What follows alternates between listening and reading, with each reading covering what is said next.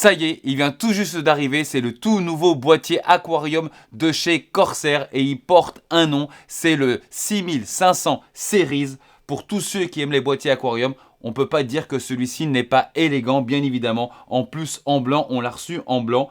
Il est vraiment hyper sympathique. On va pouvoir en parler en vidéo parce qu'il va y avoir un test complet dessus comme on a l'habitude, bien évidemment. Et en plus, il a une particularité, c'est qu'il peut accueillir donc des éléments en BTF, c'est-à-dire des éléments avec moins de câbles. Comme justement, on va parler dans quelques instants, on va pouvoir faire une configuration et cette configuration totale, grâce au lancement de ce nouveau boîtier, avec la collaboration de Corsair avec Intel et Asus, en plus toute cette config sera en même temps à gagner à l'occasion du lancement effectivement de ce tout nouveau 6500 Series.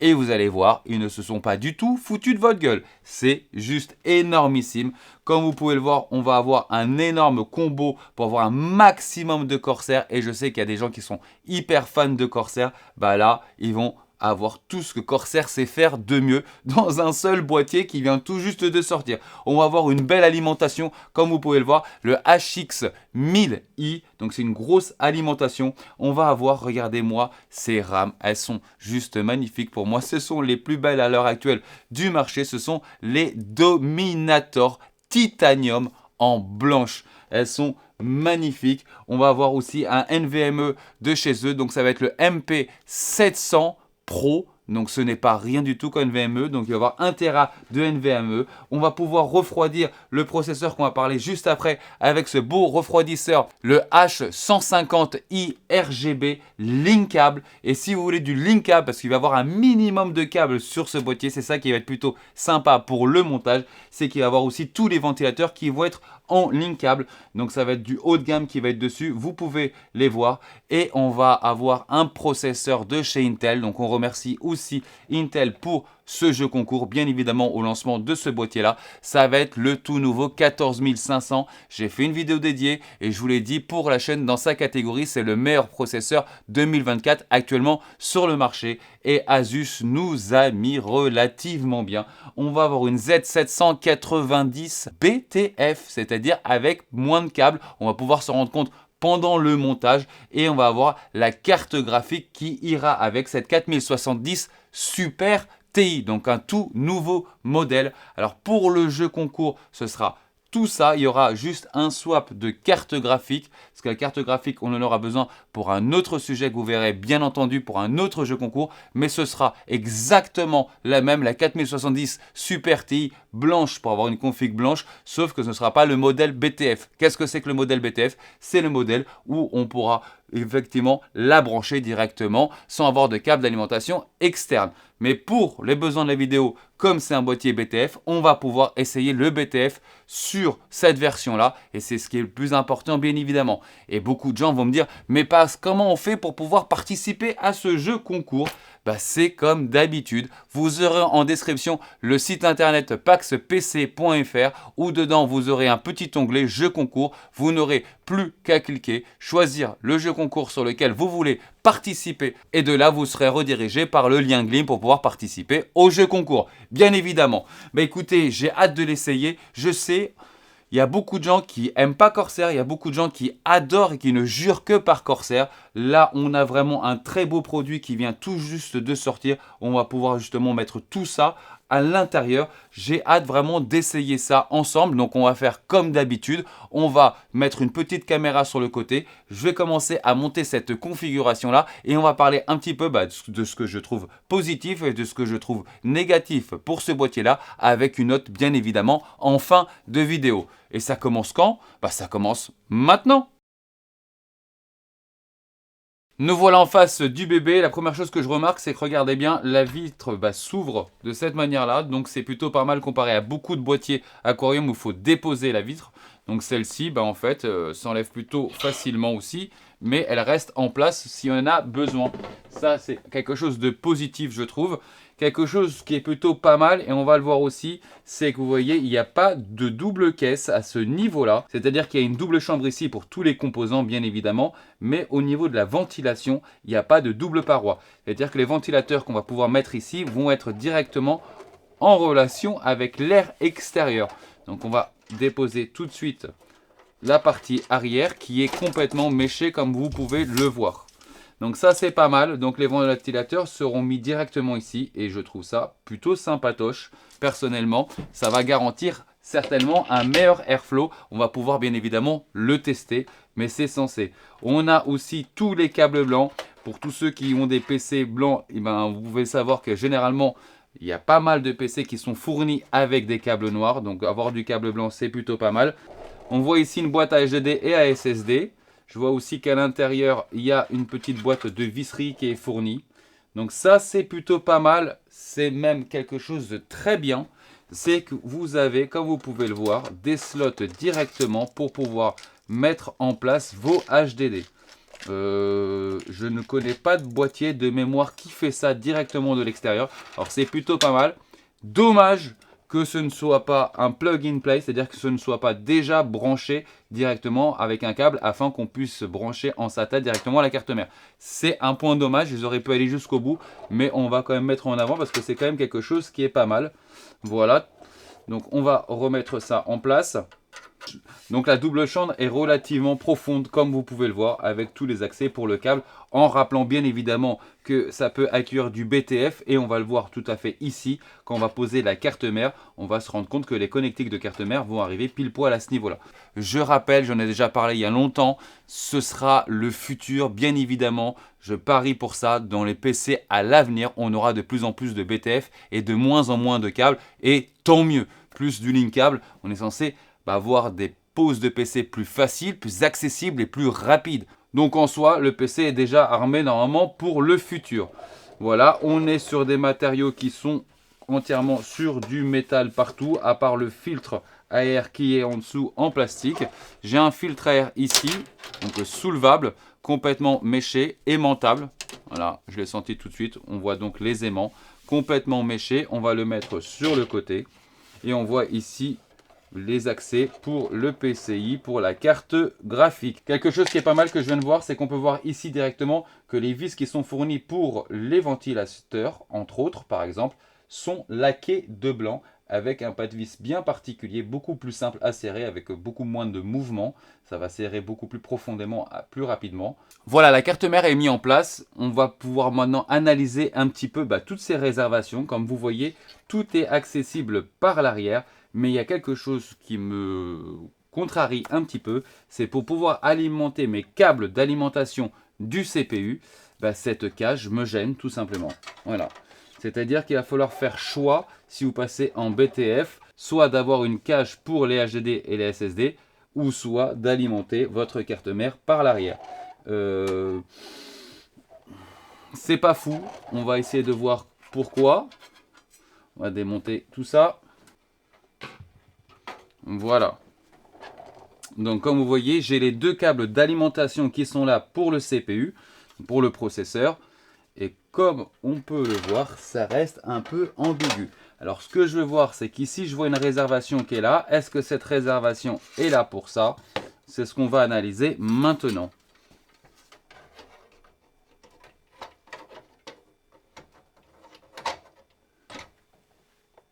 Écoutez, oui, effectivement, vous voyez, ils ont quand même planché sur le sujet, c'est plutôt bien.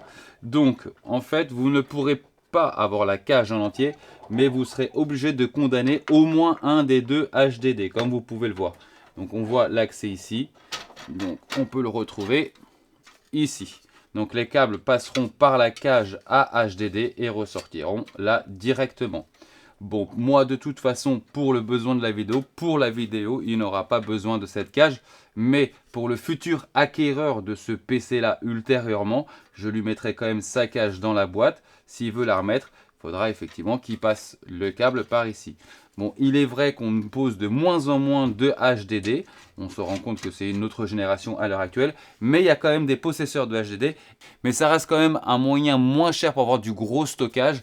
Donc effectivement, à ce moment-là, il va falloir faire un choix. Maintenant, si quelqu'un n'utilisera pas le BTF, c'est-à-dire qu'il va passer traditionnellement les câbles par les endroits classiques, effectivement, il pourra user des deux. Il y aura le choix à ce niveau-là. Donc, on revient ici. On voit effectivement qu'on a toutes les alimentations. Et là, on voit effectivement pour quelqu'un qui n'aura pas besoin de toute la cage, il aura d'ailleurs effectivement un meilleur accès. Ce que je vais faire maintenant, c'est qu'on va mettre en place l'alimentation pour voir un petit peu ce que ça donne. Donc, ça va être une configuration full white. C'est ce qui va être plutôt pas mal. Malheureusement, l'alimentation n'est pas blanche. Ce sera une alimentation noir, donc on aura quand même quelques câbles en noir sur ce PC là. Alors je viens d'avoir l'information, Corsair a sorti aussi récemment des alimentations en blanc sur la série RME. Un autre des points positifs, c'est de pouvoir armer donc le support de ventilateur latéral ici, directement de l'extérieur et de pouvoir l'enfiler. Donc ça reste quand même quelque chose de sympatoche comme on peut le voir. J'ai une petite encoche ici pour le câble et en plus de ça, effectivement, d'avoir du link câble. Bon, c'est le luxe absolu, on peut le dire. Hein. Voilà.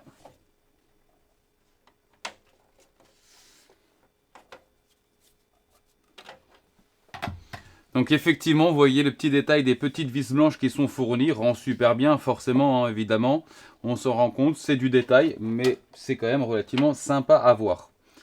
Donc là, ce qu'on va faire maintenant, c'est qu'on va commencer à câbler, mais je voudrais quand même vous montrer quelque chose, c'est que logiquement, maintenant, on ne devrait plus avoir de câble. Alors je vais tirer ce câble un peu plus loin. Voilà, et comme on peut voir maintenant, effectivement, comme vous voyez, il n'y a plus du tout de câble, donc vous voyez plus du tout de câble d'alimentation, de câble audio, d'USB type C, d'USB type 3, les SATA, vous n'avez plus rien. Ça, pour moi, comme je vous l'ai dit, c'est clairement le futur. On peut vraiment s'en rendre compte, voilà. Et là, c'est plutôt pas mal de commencer à avoir donc ces nouveaux boîtiers avec ce nouvel équipement.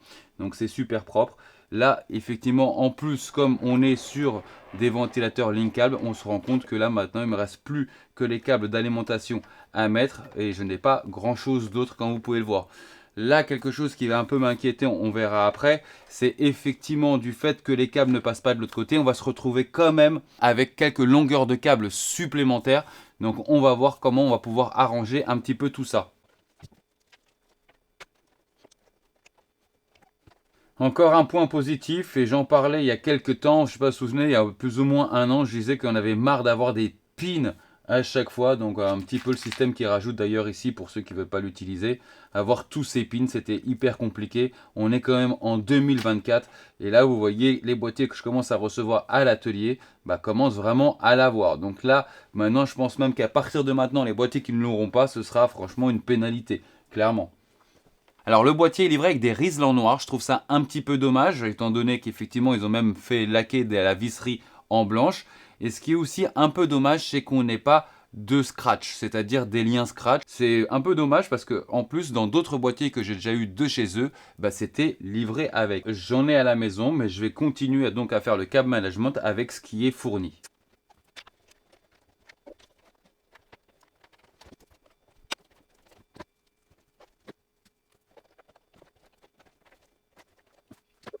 Donc là, on se retrouve un petit peu avec la même configuration et les mêmes problématiques que j'ai pu rencontrer donc, sur le boîtier de la semaine dernière. Et cette fois-ci, un peu plus, et je vous expliquer pourquoi. C'est que tout simplement, du fait que tout est raccordé ici, comme je l'ai dit tout à l'heure, on se retrouve avec quelques longueurs supplémentaires, forcément. Et on n'a pas vraiment d'endroit pour que ce soit propre et soigné. Donc effectivement, ça fonctionne, parce que j'ai eu des commentaires, oui, mais Pax, qu'est-ce que tu veux de plus? Tout simplement d'avoir un rangement propre et soigné. Donc là, ce qui se passe, c'est qu'effectivement, on a des longueurs supplémentaires. On n'a pas de scratch, comme j'ai pu le dire, et vos accroches de scratch, même si on avait, sont très limitées. On n'a que ici quelques petits points, comme vous voyez, pour pouvoir mettre donc des riselants. Et j'en ai que deux. Vous voyez, un ici, un ici. Je n'ai pas d'autres points pour pouvoir accrocher quoi que ce soit. Donc c'est un peu, en gros, tu mets et tu pousses, quoi. Donc ça, je valide pas forcément, comme vous le savez. Donc je vais faire un peu ce qui a été fait la semaine dernière. C'est-à-dire que je vais me servir donc du rack à HDD qui est ici, afin de pouvoir donc ranger les câbles à l'intérieur. Donc ça cache un petit peu le tout. Donc c'est une solution que je soumets pour les futurs acquéreurs, bien évidemment. Ce n'est pas fait pour ça, mais c'est censé fonctionner.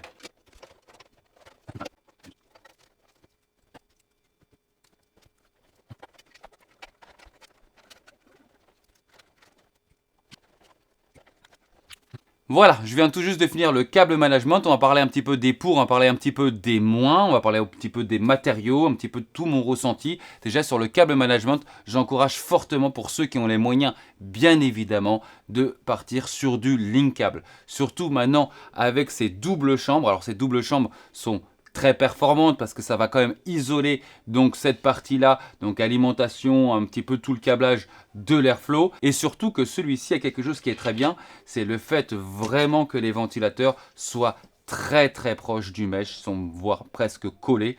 Donc là, pour capturer de l'air ou pour renvoyer de l'air, il y a vraiment pas mieux, c'est juste en face. Il n'y a pas de système d'entonnoir comme on a pu avoir il y a une quinzaine de jours avec le boîtier en tech. Là, on est sur quelque chose qui est censé être même plus performant. Maintenant, en termes de câble management, oui, j'encourage du Linkable. Bien évidemment, vous avez pu vous rendre compte. Je me suis servi donc de cette cage AHDD pour pouvoir donc tout planquer à l'intérieur. Donc tous mes câbles sont à l'intérieur. Vous pouvez les voir là à l'heure actuelle. Sinon, ce qui va se passer, c'est que vous allez avoir une boule de câble ici. C'est un petit peu la problématique, c'est que ça reste visible, ça fait un petit peu moins soigné.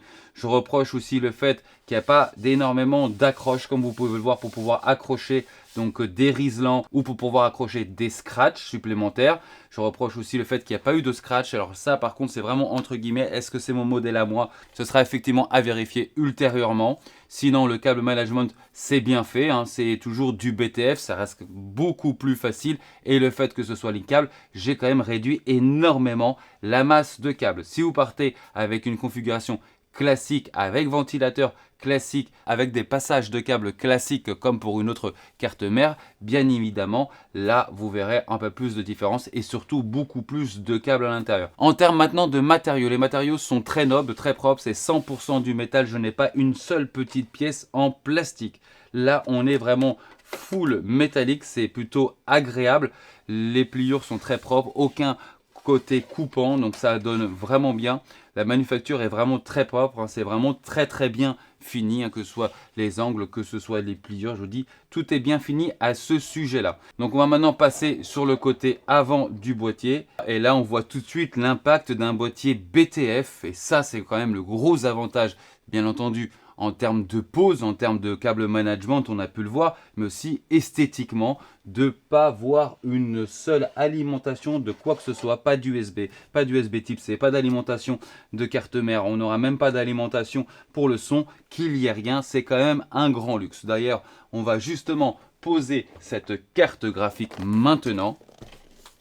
Et voilà, comme vous voyez, ça change tout, et ce qui est plutôt pas mal aussi, c'est que du fait que l'alimentation est ici, ça va aussi soulager votre PCI, donc du coup la carte se retrouve aussi plus droite. Pour résumons un petit peu, plus du tout de câble pour pouvoir alimenter votre carte graphique, plus du tout de câble pour pouvoir sortir de votre I/O, plus du tout de câble d'alimentation quelconque d'ailleurs, et ça vous fait quelque chose de beaucoup plus clean. Donc les boîtiers BTF pour moi ont beaucoup d'avenir, les installations BTF ont beaucoup d'avenir. On a pu essayer un autre boîtier Aquarium il y a peu de temps qui venait tout juste de sortir et qui n'est pas déjà préparé pour le BTF. Donc comme vous voyez, il est déjà un petit peu plus future-proof. Donc ce que je vais faire maintenant, c'est qu'on va faire la batterie de test comme on a l'habitude sur la chaîne. Donc on va tester son airflow, on va tester ses températures et sa nuisance sonore. Et c'est pareil, c'est maintenant. Nous voilà, alors comme d'habitude j'ai mis deux sondes, on les voit ici, j'ai une sonde intérieure et une sonde extérieure. La sonde extérieure on la voit à l'intérieur du boîtier, la sonde extérieure est derrière pour qu'il n'y ait pas de corrélation. Donc on a 23 degrés en extérieur de boîtier et 32 en intérieur de boîtier.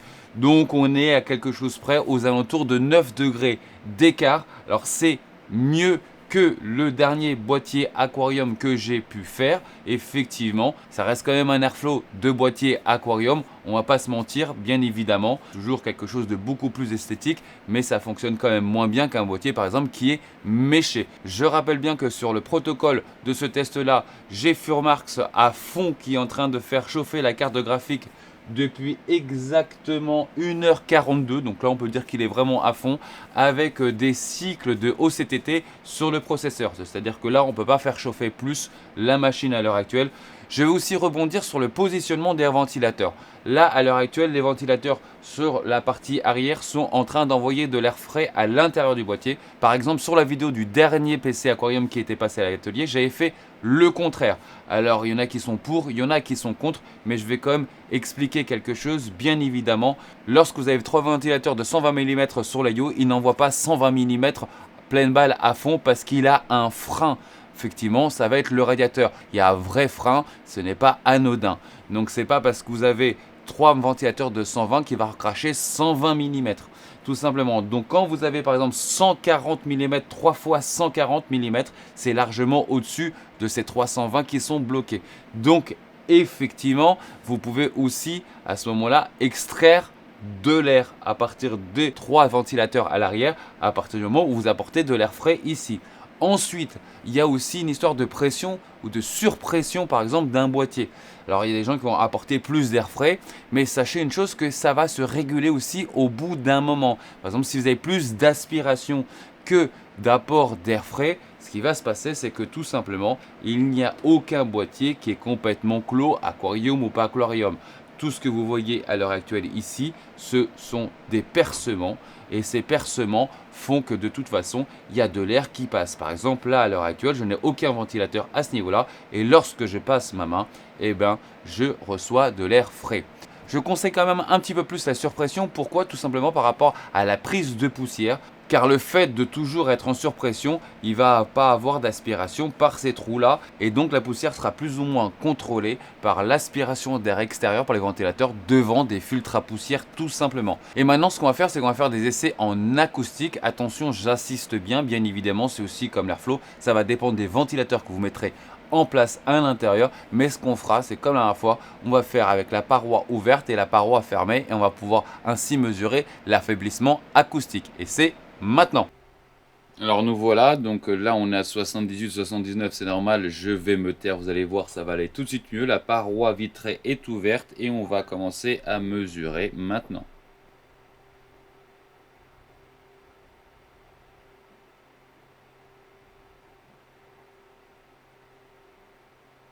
On est aux alentours de 36 dB et maintenant je vais fermer la paroi.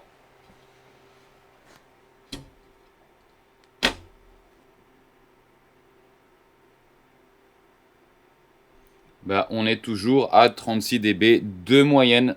Eh bien nous voilà à l'heure de la conclusion, de la notation. Je vais quand même vous donner avant mes impressions. C'est un bon boîtier, il n'y a rien à dire à ce niveau-là.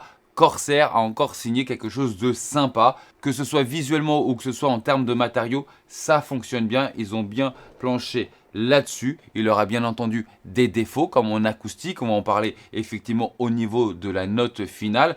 Maintenant, je trouve que les impressions sont bonnes. Ça a été plutôt un plaisir de pouvoir bosser là-dessus. Et en plus, en BTF, j'insiste bien, vous verrez de plus en plus de BTF. Pour moi, c'est vraiment le futur. Je vous en avais déjà parlé il y a très longtemps maintenant. Ça y est, ça commence à être en place. C'est vraiment agréable et ça fait plaisir. Les connectiques sont bien là. On a de l'USB type 3, on a de l'USB type C. On a ce fameux câble pour pouvoir relier du front panel à la carte mère avec une seule fiche. Ça fonctionne plutôt bien. Il y a eu des détails, du laquage en termes de vis, des vis peintes en blanche finalement. Les câbles qui sont tous en blanc et aussi quelques petits reproches d'ailleurs sur le câble management, mais on va en reparler. Et on va commencer du coup avec la première note qui est la note des matériaux et il aura la meilleure note de toutes ces notes, ça va être les matériaux, d'une note de 9,2 parce que c'est simple, il est intégralement fait en métal.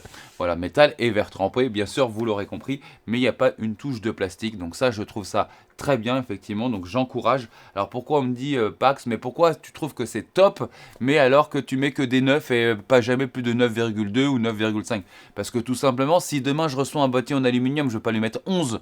Donc il faut se dire qu'il y a toujours mieux, on sait toujours mieux faire. Par exemple, si ce boîtier était intégralement fait en aluminium, effectivement il ne serait pas au même prix, mais en tout cas il aurait une meilleure note aussi en termes de matériaux. Donc 9,2 reste une très bonne note. Les matériaux qui sont employés, la qualité de finition, la qualité des pliures, des découpes de ce matériau sont très très bonnes. Il n'y a pas du tout de sujet là-dessus. Nous allons maintenant parler au câble management. Alors le câble management, il a quelques défauts comme beaucoup de PC Aquarium, voire tous les PC Aquarium, c'est en termes de rangement du surplus de câbles. Si on veut quelque chose de soigné, j'ai pu l'expliquer. Moi aussi, j'ai trouvé ça dommage que je n'ai pas eu donc ces scratchs à la place de quelques riselants. Bon, pour le prix, parce qu'on va parler, je trouve ça un petit peu dommage. Le manque d'accroche aussi pour les riselants. J'ai eu que 2 accroches pour les riselants. Je trouve ça un petit peu juste quand même, effectivement. Ce qui est pas mal, c'est on a aussi donc un emplacement pour pouvoir mettre directement, slotter directement aussi à l'intérieur vos HDD. Ça, je trouve que c'est le top. Quelque chose de très rapide. Mais en soi, on a pu le voir, si vous passez en version BTF, vous allez en condamner un.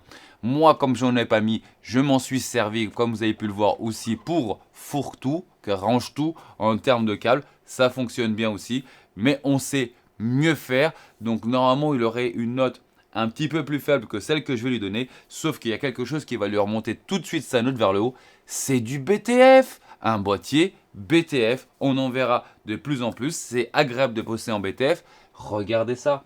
Quelqu'un qui va vous faire un reproche sur votre câble management frontal, déjà celui-là qu'on voit, le seul qu'on voit d'ailleurs, parce que les derrière généralement sont toujours cachés, bah, vous n'avez plus aucun câble. Donc de ce fait là, forcément, je mettrai une note de 8,5. Ça fait effectivement monter sa moyenne générale de câble management, parce que mine de rien, bah, c'est du BTF, et moi j'aime tout ce qui est BTF. Les câbles, ce n'est pas forcément très esthétique, vous le savez bien, et en plus il faut savoir aussi un peu les harmoniser. Et là, il n'y en a plus du tout dans façade, donc c'est plutôt pas mal. Par contre, derrière, il y a le défaut que j'ai pu vous mettre en avant, bien évidemment. Nous allons maintenant parler d'Airflow. Bah écoutez, en Airflow, il va avoir une note de 8,5. Pourquoi 8,5? Parce que tout simplement, il va falloir classer les boîtiers aquarium avec les boîtiers aquarium. On ne confond pas les serviettes avec des torchons. C'est-à-dire que je le note par rapport aux autres boîtiers aquarium. Sachez, et j'insiste bien, que par exemple, s'il avait une note pour un boîtier classique, il aurait eu une note, je vous la reprends tout de suite en Airflow, il aurait une note de 7. Voilà, tout simplement. Et là, il aura une note de 8,5. Donc c'est un point supplémentaire, un point et demi supplémentaire, tout simplement. Allez voir la vidéo que j'ai fait il y a 15 jours sur un autre boîtier aquarium. Il s'en sort mieux que ce boîtier-là qui s'en sortait que déjà pas mal pour de l'aquarium. Donc pour le moment, il est sur la barre haute des boîtiers aquarium en Airflow. Alors pourquoi, comment? Bien évidemment, ça va dépendre de vos ventilateurs, de la puissance de ventilateur, c'est certain. Moi, on était sur des ventilateurs Similaris et j'avais mis quasiment les mêmes ici et les mêmes là-bas. Donc en gros, on était quasiment sur la même chose, sauf que effectivement, pour moi, il y a un impact de voir directement ici. D'ailleurs, vous pouvez voir le RGB, d'avoir un impact directement, que les ventilateurs soient posés, littéralement posés sur le mesh. Voilà, là même je sens le flux qui traverse mes doigts. Donc il y a un flux d'air vraiment, je pense qu'il y a un impact qui a dû faire cette différence-là. Parce que à part ça, je ne vois pas pourquoi il aurait eu plus en fait en Airflow. Donc en tout cas, il aura donc cette note. Et maintenant, nous allons parler déjà la note qui fâche. C'est la note acoustique. C'est la